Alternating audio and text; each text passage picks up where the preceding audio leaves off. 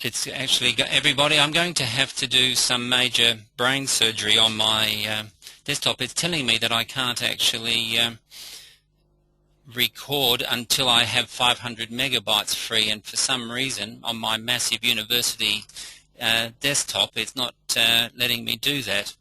So I'm going to have to cull something dramatically, and I think I know what to do.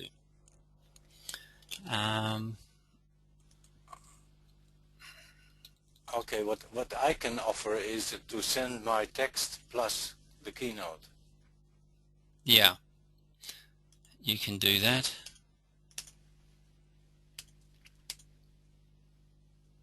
Yes, that should clear it up very quickly. And I apologize for this slight delay while I'm deleting 300 odd megabytes. That should do it. And it tells me that we're recording now. So, welcome to this Gurukul webinar.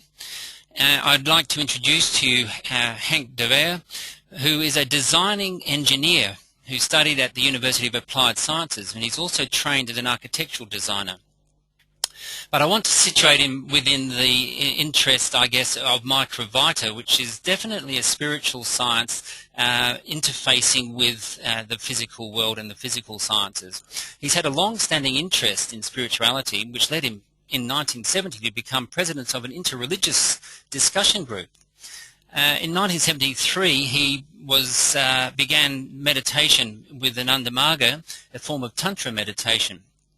From 1976 to 1980, he was teaching yoga and meditation to prisoners. In his, you could call it the real world life, as a designer, he's worked on construction and coherence designs, looking at the tectonics of many complex national, international, residential and non-residential buildings. From 1998 until 2009, he was teaching at the Academy of Architecture in Amsterdam, and participated and lectured at workshops of the European Association of Teachers in Architectural Education. All this has strengthened his interest in the underlying architecture of the universe. His first and spontaneous talk on the subject of Microvita was in 2008. After that, he has been invited as a lecturer on the same subject at the universities in Bhubaneswar and Udaipur in India, as well as Valencia and Venezuela. In 2012, he became a Fellow of the Society for Integrated Medicine and Microvita Research. He is at present also a board member for this society and a writer for the news bulletin BOMRIM. And Henk, the first thing you need to do is tell us what BOMRIM stands for, please. I hand over to you. Thank you. BOMRIM is a bulletin of microvita research and integrated medicine. It's a magazine that shows the relation between standard integrated medicine and Microvita. Right, thank you. It's a magazine that exists already for, I think, 3-4 years. Yeah. Okay. Shall I start? Yes, please. Okay. First of all, let me welcome you as a visitor. Generally, I know I have the tendency to put in too many ingredients in a talk, so be prepared to experience a hot pot. But I'm sure Mark is, as MC, will save us all. One fundamental question humanity has been asking is, what are the ingredients of the universe?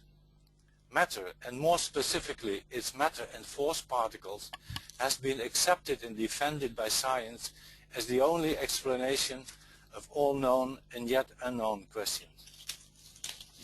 An opposite view defends consciousness to be the same. In this webinar, I will put the ingredients open on the table to discover whether all possible combinations have been used or not. The quality of a painting cannot be weighed, measured, or counted. It does not depend on its material ingredient, the amount of paint that has been used. The opposite is also true. No perception and no functional or aesthetic analysis is possible without this paint. artists and architects first decide material, size, form and content, and then play a creative game with them. An observer focuses attention, collects information and rightly or wrongly concludes quality or the lack of it. This process in itself may be complicated. Its mechanism is called easy because it is directly susceptible to the standard methods of cognitive science. Yet a complicated problem arises. What causes emotions, and even deep emotions, to emerge from events, paintings, other material objects, or catastrophes? The philosopher David Chalmers calls this the hard problem of consciousness. And he says, knowing redness is not equal to experience it. One example I can give is of a virtual lady called Mary who lives in a black and white environment. She knows everything about colors. She knows everything about the theory behind the colors and the way colors influence the mind. But she has never seen colors except black and white. Then one day she will be confronted with colors, and the question of course comes, will she immediately say from what she knows, this is red, or will she not know?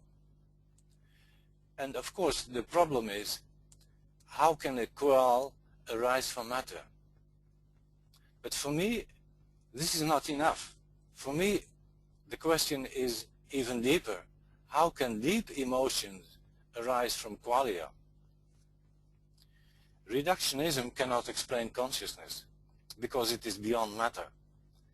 How can it then say that nevertheless it arises from that same matter, implicitly suggesting that it emerges from nothing?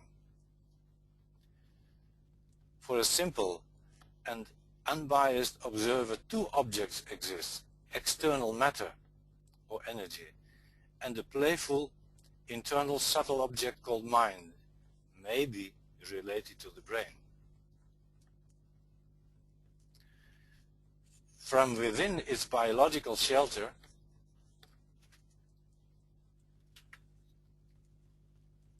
also a human mind plays with objects and forces. Maybe this subtle mind can exist without a material ingredient, but it certainly cannot give expression without them.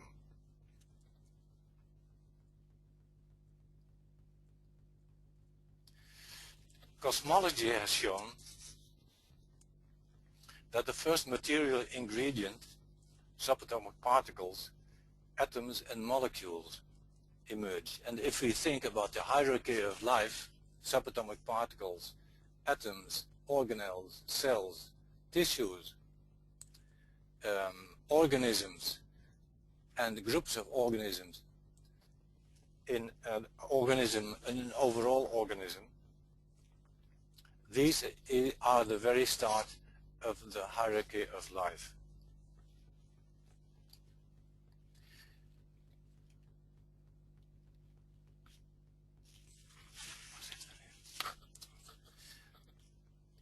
It took time and proper conditions before the subtle ingredient emerged, maybe in tiny little biological objects called organelles.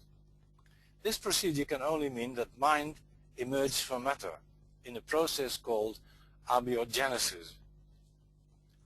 Science understands consciousness to be observational capacity. It regards energy to be the origin of all qualities. But energy is only the capacity to work. It is a blind force. How can a blind force ever give rise to intelligence, memory, creativity, empathy and joy? It's very clear. A more detailed definition of consciousness is required. Because of ongoing neurological research and mass energy equivalence, the old duality matter-mind in the meantime has been replaced by energy consciousness. What is the home of mind and consciousness? Materialism limits mind to the content of the skull. Roger Penrose and Stuart Hameroff are more liberal and propose that consciousness emerges from microtubules. Microtubules, as indicated here, this is on the top you will see two neurons interacting with each other. Microtubules are part of all neurons. This means that not only neurons but also eukaryotic cells have consciousness because they have microtubules. Viruses don't have microtubules but certainly have the capacity to observe and adjust their strategy. How can their observational quality, memory, intellect and skill be explained?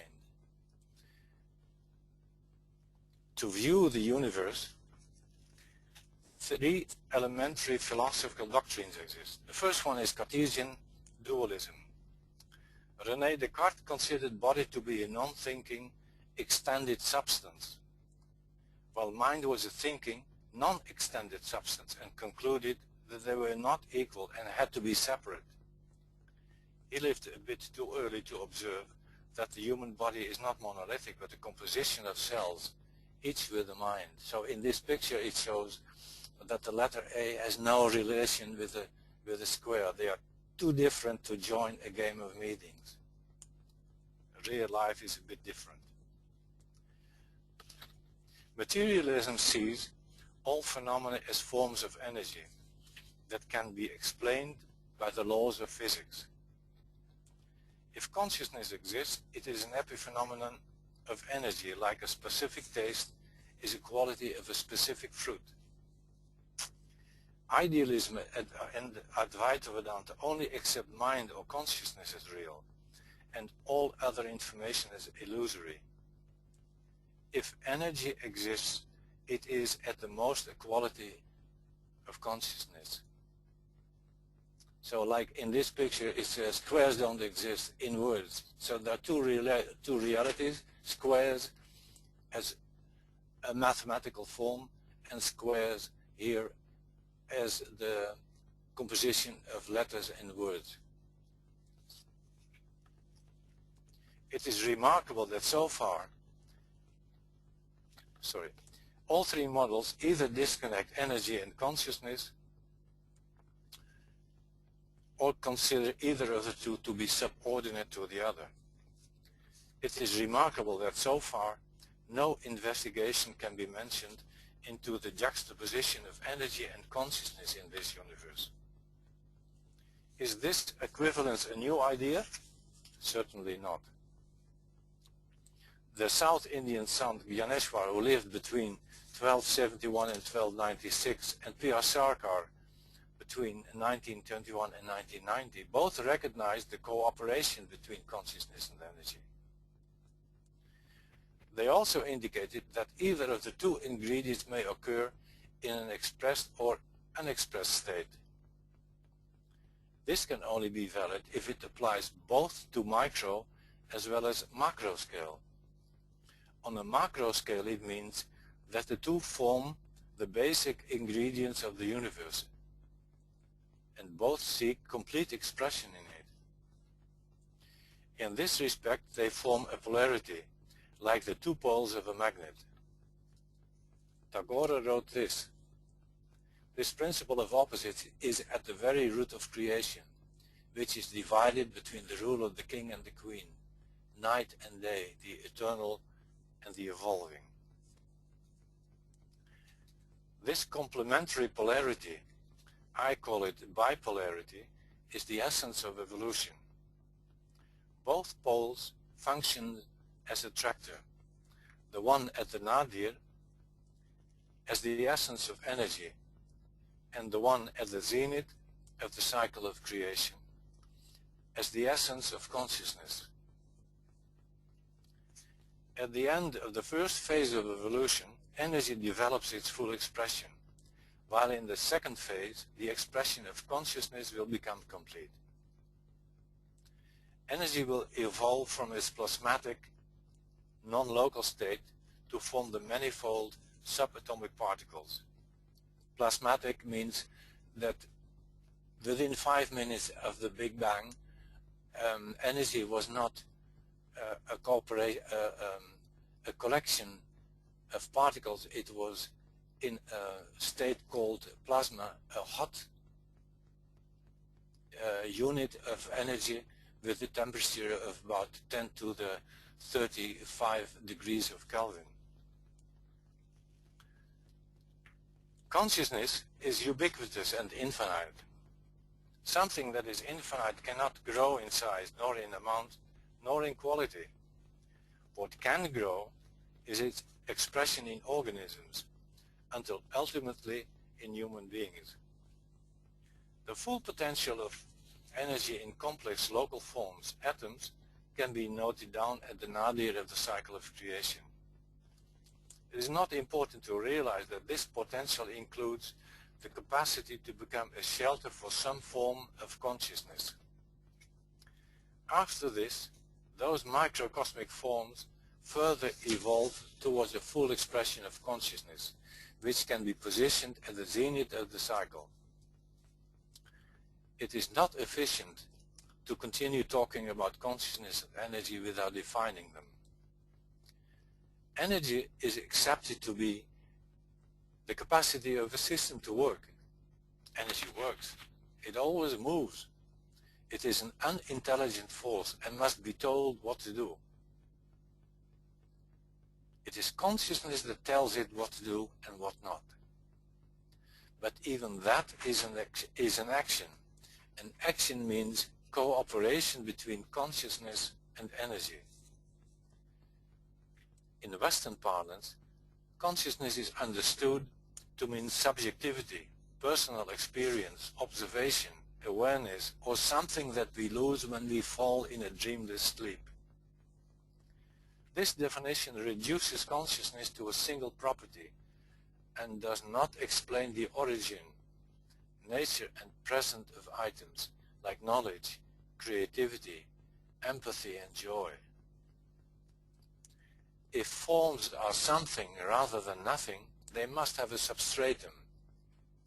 The movement of that substratum is taken care of by energy, so the substratum itself can only be consciousness. A substratum must have qualities. Some qualities of consciousness are observational quality, memory, knowledge, creativity, and joy. Consciousness, with its variety of qualities, is the material and first efficient cause of all forms. The availability of a material is not a guarantee for a new form. Something has to decide which new form is the most appropriate to emerge. That something is the first efficient cause that consists of two creative processes. The first is the conceptual. The conceptual is a general idea about a future form. And the second form of creativity is procedural creativity, which is a detailed set of ideas about that form. Energy is not only needed for these two creative processes, because how can one develop a conceptual creativity, a conceptual form about a statue or a building or a painting without energy? How can a building or a painting be made without procedural creativity and also energy? Also, for the ultimate realization of the design, energy is needed. It is the second efficient cause that connects the material and the first official cause. Theoretical science no longer accepts the final and formal cause as analyzed by Aristotle. In applied science and applied art, the formal cause can be understood to be the two phases of the creative design, while the final cause is nothing else than function. In 1930, Paul Dirac predicted the existence of a positron. A particle with the same mass and spin as an electron, but opposite electric charge. If particles and antiparticles are in the same quantum state and meet, both will be annihilated in an explosion, after which new particles will be formed. Particles and antiparticles have the same mass and spin, but opposite electric charge. An almost perfect symmetry between fundamental particles and their antiparticles exists. In all subatomic particles and their antiparticles, energy has reached full expression. A local form of consciousness is present, dormant. If such particles exist, there is no reason not to assume that another symmetry principle exists. Particles with expressed consciousness and relatively small amounts of energy. Because of this expressed consciousness, they will observe, have memory, knowledge and creativity, and don't behave mechanically like physical particles. They also have an internal axis of symmetry. One variety is directed at the pole of energy, the other one at the pole of consciousness. It would be more consistent with their living nature not to call them particles, but rather entities or simply units. With these two axes of symmetry and the complementarity of fundamental particles and microvita, the nature of nature appears to be complete and alive. The symmetry of particles and antiparticles was predicted almost 100 years ago. In 1986, P.R. Sarkar coined a name for the mysterious emanations of cosmic factor, microvita in singular and microvita in plural.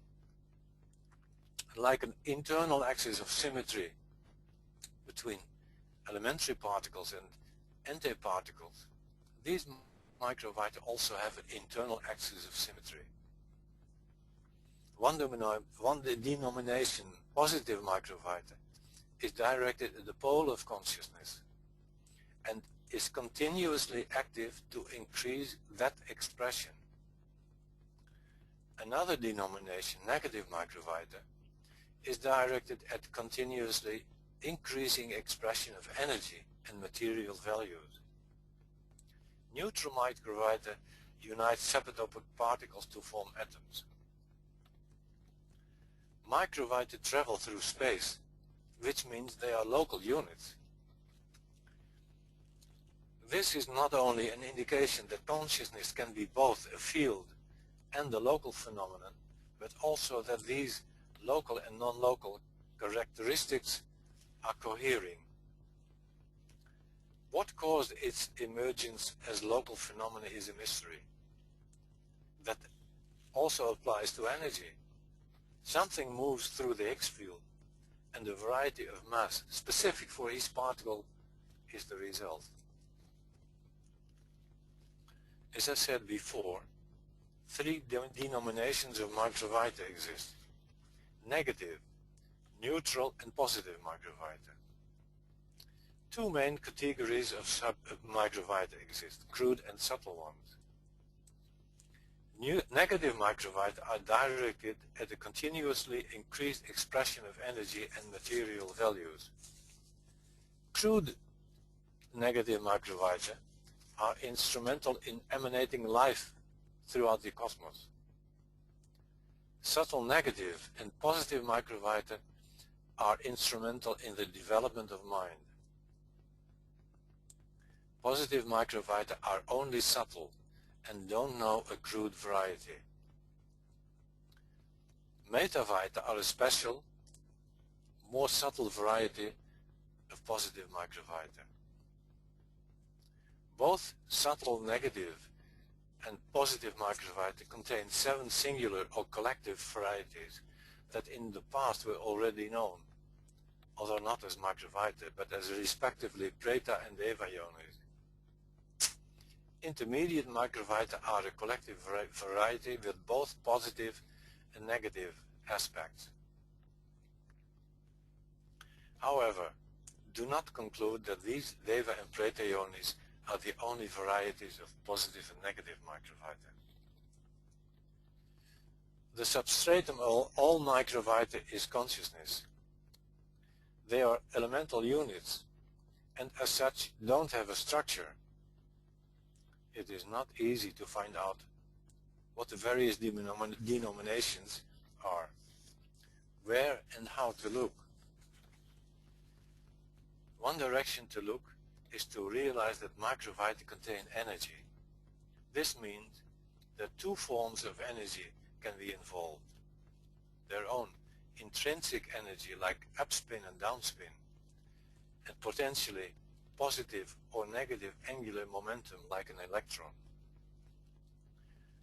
The spatial models of their intrinsic movement can only be caused by the specific expressed qualities of the included local forms of consciousness.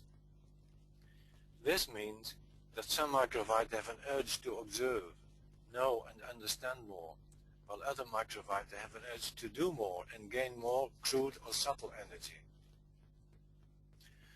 Absorption of energy means a proportional increase in frequency, but also amplitude has a direct relation with the amount of evolved energy. Wavelength, on the other hand, can be an indication of the level of its subtlety. While consciousness and its qualities cannot be seen, measurable wavelength, frequency, amplitude, qualities of the subtle, dynamic and static wave phases, and the form complexity of the intrinsic movements of microvita could be indications of their nature. This also means that the size of microvita, even of the same variety, is not uniform or standard. Energy will increase their size, as will do the intensity of their applied intrinsic drive, which is not different from the drive of artists, for instance, that can be combined with varying degrees of energy. Concluding in this talk, it can be said that the ingredients of this universe are consciousness and energy. In the cycle of evolution, both function as attractors. Despite their opposite nature, they function as a couple. What accounts in all forms is not their presence, but the level of their expression or dormancy. In subatomic particles, energy gets full expression, while consciousness hibernates. Microvita are their complementary units. In them, consciousness is expressed, which is why they are the creative, catalyzing agents of evolution. Negative microvita direct their expression towards a consolidation of material forms and values. Positive microvita increase mental and existential knowledge until a full expression of consciousness is achieved. Microvita are included in atoms, in simple and complex organisms. Because of this active presence, the universe is alive. Realize that these previous thoughts are mainly speculative and the result of only inner laboratories, although with the inclusion and exploration of existing knowledge. But further detailed analysis and in-depth research in physical laboratories is needed to confirm or deny what has been developed so far.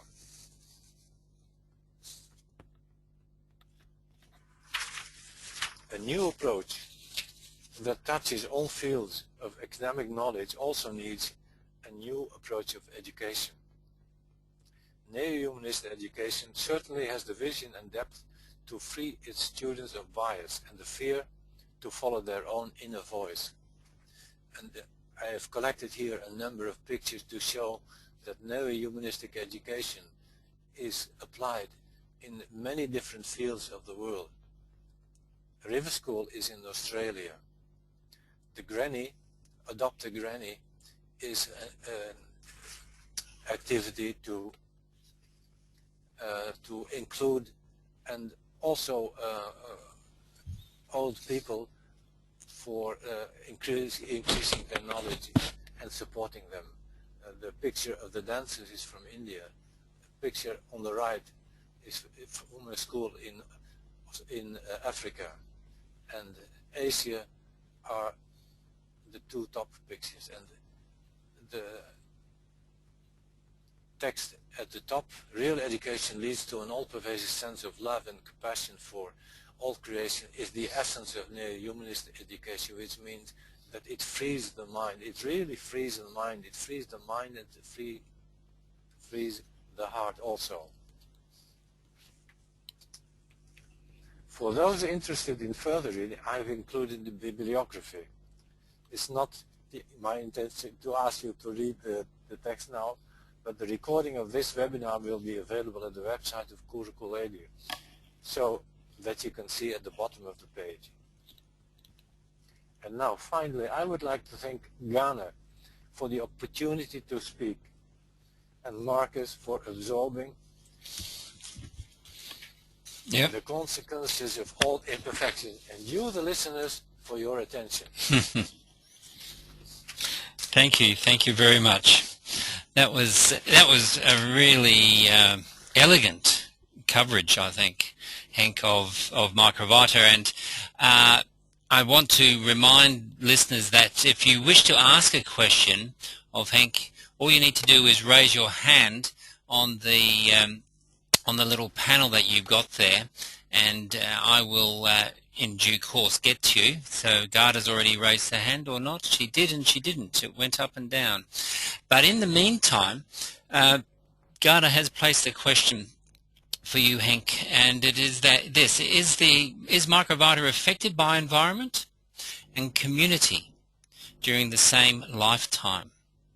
So Garda may wish to speak to that, but certainly it's a very interesting. So I'm going to read it again. Is Microvita affected by environment and community during the same lifetime? You mean in the same period of time? Yes, I'll let her speak to that because she's raised her hand. So I'm just handing Garda. You can actually speak to Henk now. Okay. Thanks a lot because it's a really very valuable, lot of information about Microvita.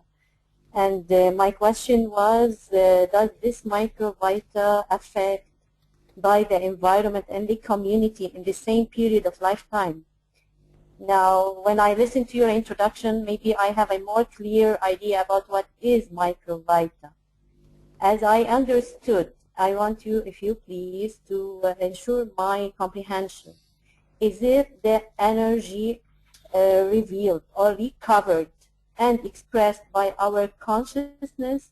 It is the which is potential in our inner cells, in our very small cells or DNAs or every single atom in our body? Okay. It's a small question with a very long answer. Oh, sorry for that, but it really... No. It's okay. I just want to say that on this subject I will give I think in future I may give an extra webinar because it affects mind, and I did not really talk about mind. But I can say this very shortly, that Microvita are also the composing elements of mind. Only mind or all the cells, all the Microvita and all of the cells, because every single cell is known to have a single mind. Okay, it's even more complicated. Evolution has showed. Okay, let me start beginning to talk about evolution. What is mind? Mind is does only human beings have mind? No. Yes. Also cells have mind. So the hierarchy of life shows that different elements in your body exist that have more or less autonomy. At least they have identity. A cell has identity. Organelles have identity. So organelles have a mind. Cells have a mind. A tissue has a mind. And so a human body has two overall minds. One mind which is directed and connected at the organization and construction of all the lower minds, and one subtle mind, a subtler mind, which is storing all the information that you have collected. And now, so also mind consists not only of atoms of mind, Chitano exist, but also molecules of mind. And not only molecules of mind, but also bigger structures of molecules. So a mind is a collection of positive and negative subtle microvita. They are stored, and as soon or as if you collect an interest or a disinterest or a rejection in your life, then certain structures of microvita become very big. They collect a lot of energy. So in this way you collect an energy that needs to be released, because the ultimate goal of your life is not the collection of energy, is the collection of consciousness. So you have to store that, and if you die and that energy has not diminished or reduced or completely went away, then you will have to store that energy, as in Sanskrit called samskar, and get a new life. Now, what is influence? Because the question you ask is also interesting. Are microvita influenced by the environment, or is environment influenced by microvita? And of course it's a dual relationship. Microvita are collected by the environment. Why are they? Indirectly, because you live in an environment. The environment makes you realize inside something about yourself or something about the environment, which changes the amount of activity, which adds new microvita into your mind. So the level of consciousness inside these microvita increases, but also the energy in which they move increases. Okay. So it's a double relationship. And definitely if you have a mind which is very subtle and very big, very broad, very wide, you have a big influence on the environment, because if the environment has less expressed consciousness than you have, then your influence can be very big on your environment. And on the other hand, if the environment is very material oriented, it definitely will influence your mind if your mind is not strong enough. Yeah. Okay. Sorry, but can I ask another question? I think, Gada, could we actually deal with one of Danju's questions, and perhaps if there's time come back, it'd be nice to give a number of attendees a chance. Okay. So bear with me and we'll see where we go. Now, before the seminar started, one of the attendees asked this question: where do microvita originate from? Is it from Saguna Brahma, and how? I'll say that again, Henk, so nice and slow, and then I'll open up so that Danju can speak to the question. Where do microvita originate from?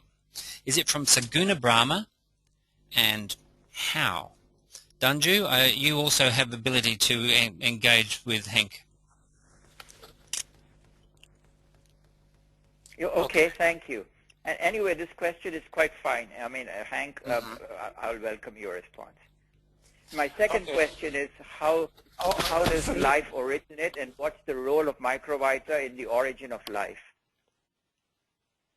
Okay, the second question I tend not to answer. I will answer that in the next webinar.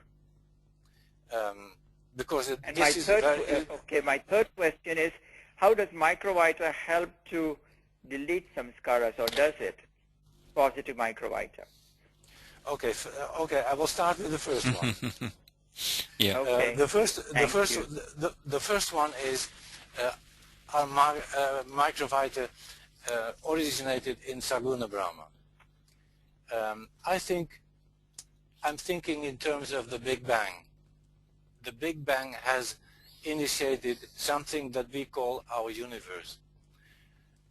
And the initial force of this Big Bang, I cannot talk about it other than in philosophical terms, but it immediately, with the Big Bang, not only energy has been released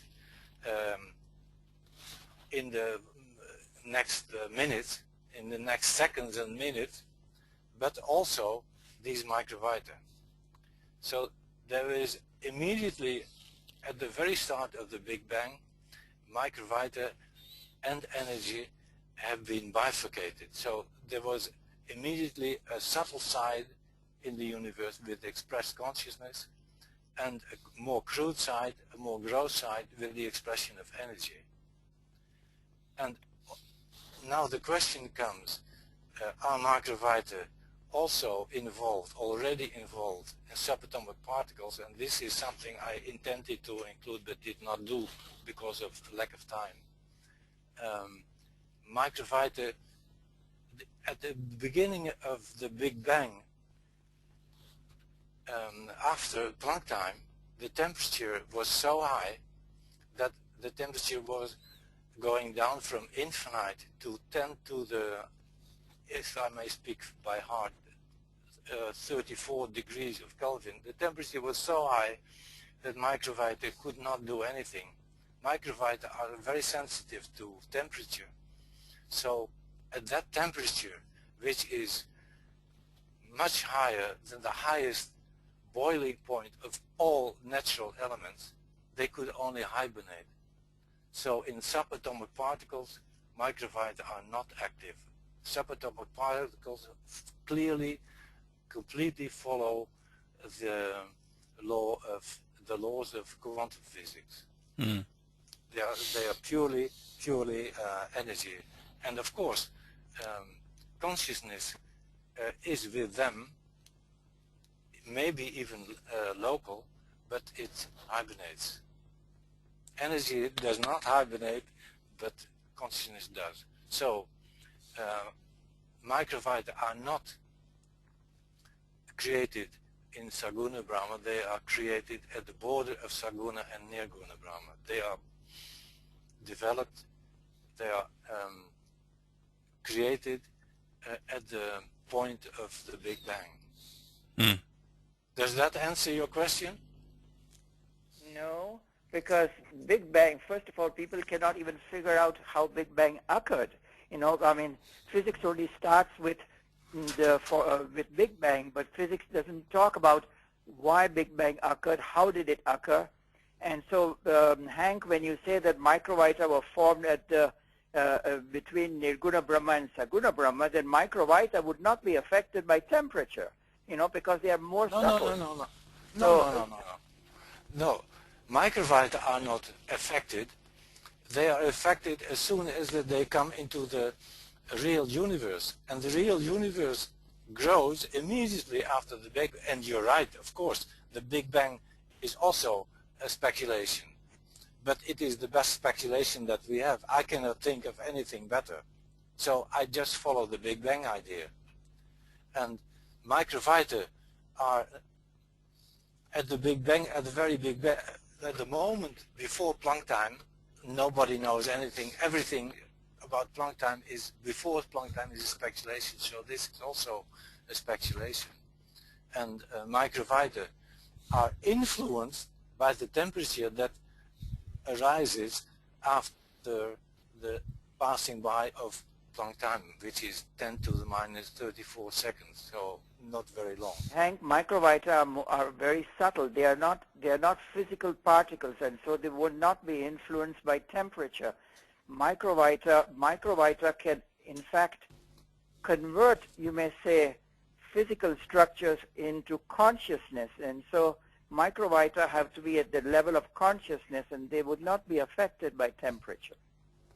In my opinion, microvita helps in the formation of life life by converting physical structures, inanimate structures, into primitive forms of consciousness.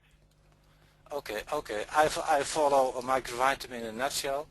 In microvitamin in a nutshell, it says that microvita are influenced by temperature. They, at high temperatures, they hibernate at boiling point, and at low temperatures they also hibernate.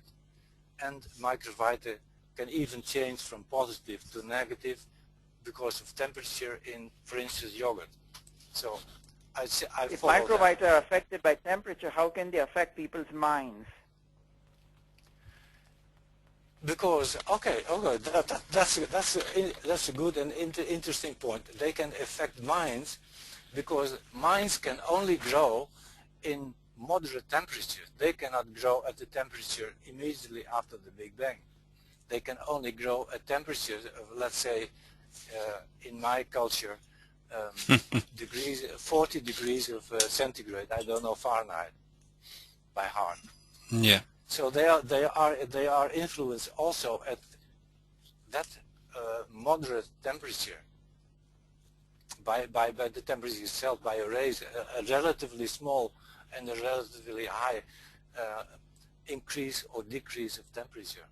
Would I be correct in saying though that there are that there's like a spectrum or a continuum of microvita, where some microvita are so subtle there is no physical evidence of them, you can only detect them through their effects, and there are cruder microvita that Sarkar has said that we could even perhaps see with an electron microscope. Am I correct in that, Henk? Yes. Yep. So it is because of microvitamin in a nutshell. I have thought that different microvita are influenced by different temperatures, and neutral. My conclusion is that neutral microvita are uniting subatomic forces into atoms, so they are the ones that are resistant to the highest temperatures, while positive microvita are the most subtle ones in relation to temperature. Yeah. And crude microvita, negative microvita, they are the ones that can resist. And you know about extremophiles. Yeah. So the different situations. Acidity is one extreme, temperature is one extreme, radioactivity is an extreme, and the extremes that microvita can handle also have a limit. Not all microvita can handle all extremes. They are specific. Yeah. And for listeners whose English is not Can I ask you something? Can I clarify something, Dunju? Dunju, can I just clarify something? For listeners whose English is not their first language, an extremophile is a category of organism, for instance, that can tolerate highly difficult conditions. For instance, they can live right in the mouth of a volcano or in highly acidic substances, just so that everybody understands what Henk was trying to distinguish there. And Dunju, very quickly, because I'm watching the clock, so if you could make one further comment or observation, question, please go. Okay, one last question. When one meditates, one attracts positive microvita, and so what is the benefit of attracting positive microvita? What does positive microvita do? As positive microvita enters your mind, does it push out the samskaras? Well, what is the benefit of positive microvita? Can you answer that, Henk? Thank you. Attraction. So it means I'm speculating now. When positive microvita enter your mind, it means that the quantity of microvita in your mind increases. It also means that if your focus of attention at that moment of attraction is embracing the incoming minds. So its focus of attention is that very subtle state of that very subtle part of your mind. then you forget all the other parts of your mind at that moment, which makes your mind, your state of mind, your awareness of that moment very close to microvitalist environment, to consciousness itself. And so that is the advantage, the purpose of the very subtle meta-vita in your mind. So it means that if you focus on those microvita, all the energy that is staying inside your mind is going to the background and is not getting expression any longer. And if your mind is only focused at the expression of consciousness, it is like liberation. It's an interesting answer. Yeah, it's an interesting answer, and it's a good place to kind of start drawing this webinar to a close. The question of focus, and I guess creating a condition in which positive microvita will be drawn or attracted. There are two kind of dynamic forces there in sadhana, and for those who are not familiar with the term, that means meditation. So Henk, you would say that there is a process in which you prepare the mind for a positive condition that's receptive to microvita, and then there is also, you're suggesting there is actually the focus on a microvital possibility. Is that clear? Am I clear in that? I just want to clarify that. Yes. No, that's very, very clear. So first thing, of course, if you start doing meditation, it is like something coming from outside. Yeah. And you want to accept that something from outside. You prepare your own mind to allow it to enter without a reaction. Right. Because, let's say, external microvita create their waves. They create waves inside your mind. If your mind is not prepared to accept them or rejects them, then the influence of those positive microvita will not enter your mind. So you're very right. You have to prepare your mind first. Mm-hmm. And then when your mind when you start observing, between brackets because it's not really viewing, if you start observing what is going on outside and you try to or automatically perceive those microvita as they are, not as your reaction is, then that is a big influence of positive microvita inside your mind. Yes. Yep. Yeah, great. Well, thank you, Henk. Henk de Wiejer's presentation on microvita is, I think, just the beginning of a conversation that we can have around this fascinating subject. For me, it's a conversation that has implications for many practitioners in many areas, whether you're a health practitioner, a scientist, whether you're a social scientist working on community engagements and I guess the social learnings that we need to engage in as our planet faces the difficult challenges and choices of the future. I think microvita has relevance in all these contexts. Yes, that you're very right. You're very right. And I would say that two things need to be done. One thing is to develop a theory about microvita, because how can you use microvita if you don't know how they are, how they function, how they can be influenced? Yeah. But the second thing is, microvita are not just a theory. Microvita have been existing for millions of years already. So, and nobody knew about their existence. How to use these microvita in practical life is something I did not discuss, but it is something that absolutely can be done already right now. Yeah. Well, that's a fantastic. Sorry, go on. Maybe not in a systematic way, but they can be used very effectively. Do you think you could give the listeners one small internal challenge or something they could go and do after this seminar or in the next coming days and weeks, something to try out that might alert them to the place of Microvita in their life, Henk? It would be a really interesting thing to end with.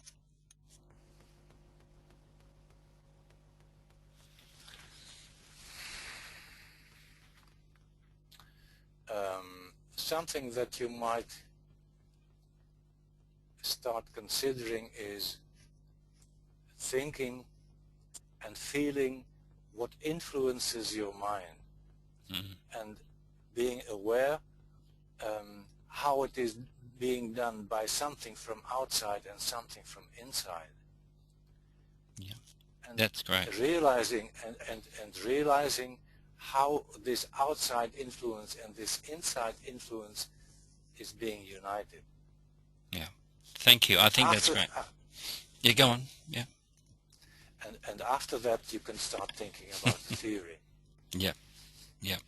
It's very important. So a wonderful exercise to take away with us is the awareness then of the effects on us of environment, which is the very first question that we had from Radha, and then of course our own inner environment, the inner receptivity, the inner processes that also have an effect on us, our minds, our emotions and our actions.